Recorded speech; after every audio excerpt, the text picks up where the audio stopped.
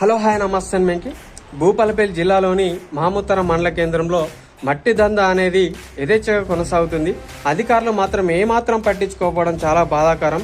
అధికారులు నిమ్మకు నీరెత్తినట్టు వివరించడం చాలా దురదృష్టకరం. ఈ యామనపల్లి వద్ద ఇటు మేడారం కాటారం వెళ్లే ప్రధాన రహదారుల వద్ద పల్లె ప్రకృతి వనం అయితే ఉండడం జరుగుతుంది. ఈ పల్లె ప్రకృతి వనానికి ఆనుకొని 4 ఎకరాల ప్రభుత్వ భూమి అయితే ఉండడం జరుగుతుంది. అక్కడ ఆ ప్రాంతాలలో ఎకరాకి కోటికి పైగా పలకడంతో అక్కడ ప్రభుత్వ భూమి 4 ఎకరాల పైన అక్రమార్కుల కన్నైతే వాడడం జరిగింది.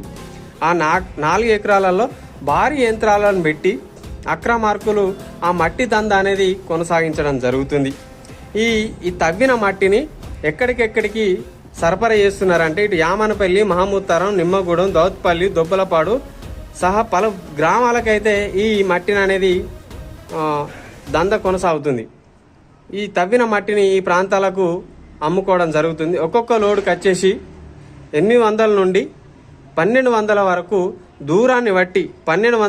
దూరాన్ని బట్టి ఛార్జీలు సొమ్ము చేసుకోవడం జరుగుతుంది. ఇంత జరుగుతున్నా కూడా అక్కడ ఏ ఒక్క అధికారులు కూడా ఏ ఒక్క ప్రజాప్రతినిధులు కూడా పట్టించుకోకపోవడం జరుగుతుంది.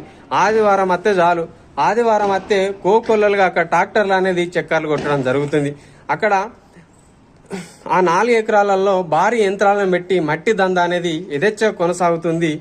ఈ మట్టి దందాకు అడ్డుకట్ట వేసే మరి అక్కడ ఎంఆర్ఓ కావచ్చు, జిల్లా కలెక్టర్ కావచ్చు, ఎవరు కూడా పట్టించుకోకపోవడం చాలా బాధాకరం. ఇప్పుడు అధికారంలో ఉన్న పార్టీ ఎవరు? కాంగ్రెస్ ప్రభుత్వం. ఇప్పుడు ఇంత జరుగుతున్నా కూడా అక్కడ ఎమ్మెల్యే కానీ ఎవరు పట్టించుకోకపోవడం చాలా బాధాకరం.